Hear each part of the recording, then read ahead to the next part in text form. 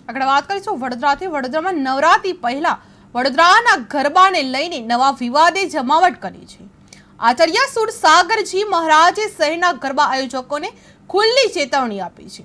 તેમના જણાવ્યા અનુસાર તેઓ નવરાત્રી દરમિયાન એક દિવસ ખાસ વડોદરાના ગરબામાં હાજરી આપશે અને જો ત્યાં કોઈ વિધર્મી હાજર મળશે તો આયોજકો સામે કડક વલણ અપનાવશે।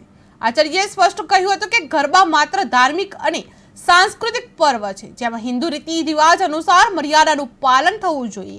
तेमना निवेदनने लईने सोशियल मीडिया अने शहेरना सांस्कृतिक वर्तुळोमां गरमागरम चर्चा शुरू थई गई है।